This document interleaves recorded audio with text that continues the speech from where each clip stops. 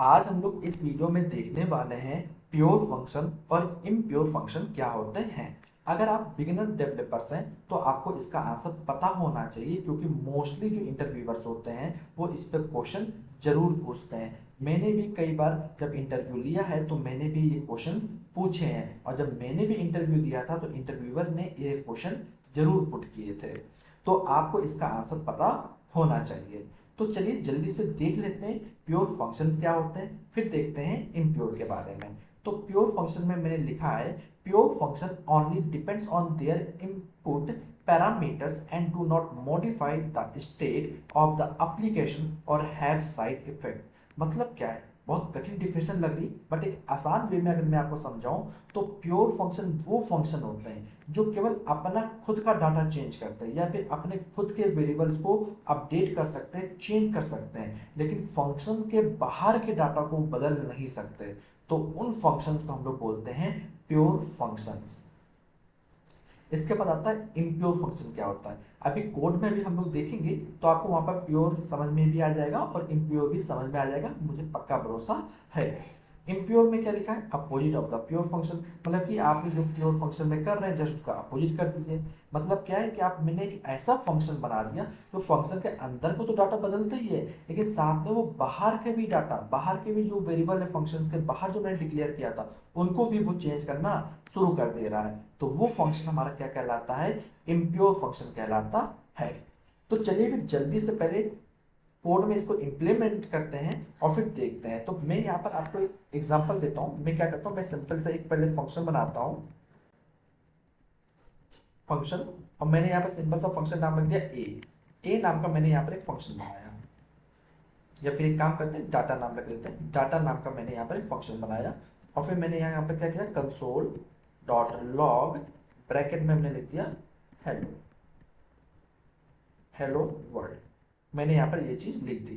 फिर मैंने क्या किया, मैंने बाहर से एक वेरिएबल बनाया। Let's consider the var a equal to 0 नाम का मैंने असाइन कर दी।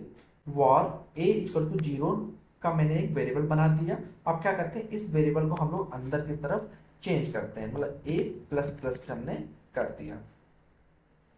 और क्या करते हैं, अंदर साइड भी हम लोग काम करते हैं, एक वेरिएबल बना लेते हैं, या फिर एक काम ऐसे करते हैं, लेट बी इक्वल टू 0 कर देते हैं।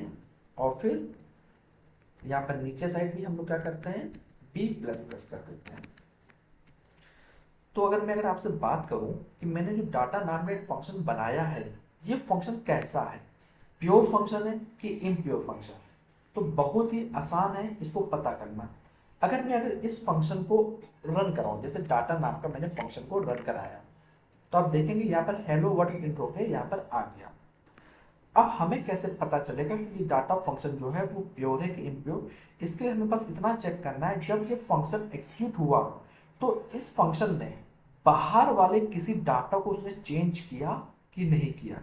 अगर बाहर वाले किसी डाटा को उसने बदल दिया तो समझ जाइएगा कि ये फंक्शन हमारा प्योर फंक्शन बन गया। जैसे एग्जाम्पल तौर पर अगर हम लोग ने देखा कि इस फंक्शन के बाहर, डाटा नाम का जो फंक्शन है इसके बाहर हमने देखा कि एक ए नाम का वेरिएबल बनाया है जिसमें वैल्यू 0 स्टोर है, तो फंक्शन को एग्जीक्यूट करने के बाद क्या ये वैल्यू बदली है क्या, इसको चेक कर लेते हैं। तो यहाँ पर हम जल्दी से कंसोल लगाते हैं, कंसोल डॉट लॉग, और ब्रैकेट में हम लोग ए को प्रिंट करा लेते हैं। तो याद रखिए फंक्शन को एग्जीक्यूट होने के बाद चेक करना है कि बाहर वाले वेरिएबल्स या बाहर वाले कोई भी डाटा चेंज हो रहा है कि नहीं हो रहा है। तो जब मैंने ए को प्रिंट कराया तो सी आप देख सकते हैं ए की वैल्यू 1, यहाँ पर 1 प्रिंट कर रहा है, जबकि ए की वैल्यू क्या होनी चाहिए थी, 0 होनी चाहिए थी। मतलब क्या है, जब जो फंक्शन एग्जीक्यूट हुआ तो इसने बाहर वाले डाटा को क्या कर दिया, चेंज कर दिया। तो ऐसा फंक्शन क्या कहलाता है, हमारा इम्प्योर फंक्शन कहलाता है। तो आई थिंक आपको समझ में आ गया हो। यहाँ पर मैं कमेंट करके लिख देता हूँ डाटा फंक्शन, या फिर मैं ठीक से लिख देता हूँ here data function is impure function.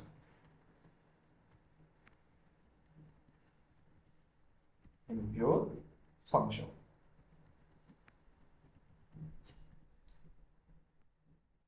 I think ऐसा आप समझ गए होंगे। लेकिन अगर फंक्शन के अंदर अगर आप कोई वेरिएबल डिक्लेयर करते हैं तो वो चेंज हो सकता है, उसमें कोई भी इशू नहीं है, लेकिन फंक्शन के बाहर डाटा बदलना नहीं चाहिए। तो एक सिंपल सा मैंने आपको एग्जांपल दे दिया इम्प्योर फंक्शन का। अब एक काम करते हैं, इसको कमेंट आउट कर देते हैं। अब हम लोग क्या करते हैं, अब एक प्योर फंक्शन को बना के देखते हैं। तो जल्दी से हम लोग काम करते हैं, वॉर ए इजकल टू, या फिर मैं एक काम करता हूँ यहाँ पर चेंज कर देता हूँ, जेड इजकल टू, मैंने अपने 5 प्रिंट कर दिया, 5 को स्टोर करा दिया वेरिएबल में। अब क्या करते हैं, एक सिंपल सा जल्दी से हम लोग फंक्शन बनाते हैं। इस फंक्शन का नाम हम लोग लिख देते हैं, मान लीजिए सत्यम नाम मैंने लिख दिया, या फिर कुछ और नाम लिख देते हैं ज़्यादा अच्छा रहेगा।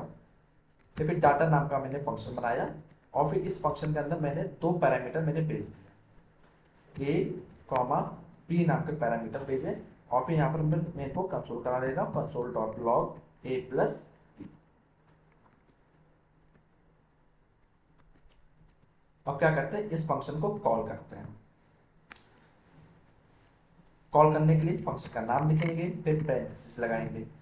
तो जैसे मैंने फंक्शन को कॉल किया यहाँ पर, तो हमने देखा कि जो आउटपुट हमें मिल रहा है वो नन हमें आउटपुट मिल रहा है। मतलब क्या है, फंक्शन में तो हमें 2 पैरामीटर भी भेजने थे, कॉल करते वक्त हमने यहाँ पर भेजा ही नहीं, तो यहाँ पर इसको जल्दी से भेज देते हैं, 5,6 मैंने यहाँ पर भेज दिया। तो आप देखेंगे यहाँ पर आउटपुट में हमें 11 मिल गया। अब पूछा जा रहा है कि जो मैंने अभी फंक्शन बनाया डाटा नाम का, फिर से अब ये हमारा प्योर फंक्शन है कि इनप्योर फंक्शन है। तो हमने क्या बताया आपको कि फंक्शन को रन करने के बाद आप चेक करिए कि बाहर वाला कोई डाटा चेंज तो नहीं हुआ, बाहर वाले कोई वेरिएबल या फिर कोई भी इंप्लीमेंटेशन हुआ है कि नहीं हुआ है। अगर नहीं हुआ है तो प्योर फंक्शन है, और अगर हो गया तो इनप्योर बन जाएगा। तो जेड को हमने 5 स्टोर किया था, चेक करते हैं कि जेड की वैल्यू अभी भी 5 है कि नहीं है। तो कंसोल डॉट लॉग जेड को हम लोग क्या करते हैं, प्रिंट करते हैं। तो यहाँ पर हमने जेड को प्रिंट कराया, तो जेड की वैल्यू हमें क्या मिली, 5 मिली। तो पहले भी 5 थी, फंक्शन जब एक्सिक्यूट हो गया यहाँ पर पूरी तरीके से, तब भी जेड की वैल्यू हमें क्या मिल रही है, 5 मिल रही है। याद रखिएगा, कंसोल जो मैंने 31 लाइन में लिखा है उसको मैंने नीचे लिखा है, क्यों, क्योंकि फंक्शन के एक्सिक्यूशन के बाद आपको चेक करना है कि अपडेशन हो रहा है कि नहीं हो रहा। तो यहाँ पर कोई भी अपडेट नहीं हुआ बाहर वाले कोड पर, तो इसका मतलब डाटा का नाम का जो फंक्शन मैंने बनाया है ये प्योर फंक्शन है। Here data function is pure function.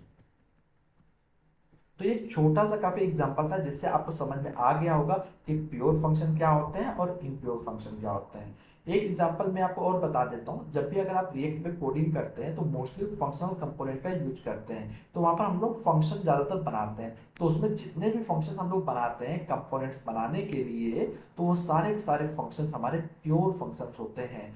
बहुत ही रियर केस होगा कि आपको इम्प्योर फंक्शन बनाना पड़े, बट मोस्टली हम लोग प्योर फंक्शन पे ही काम करते हैं।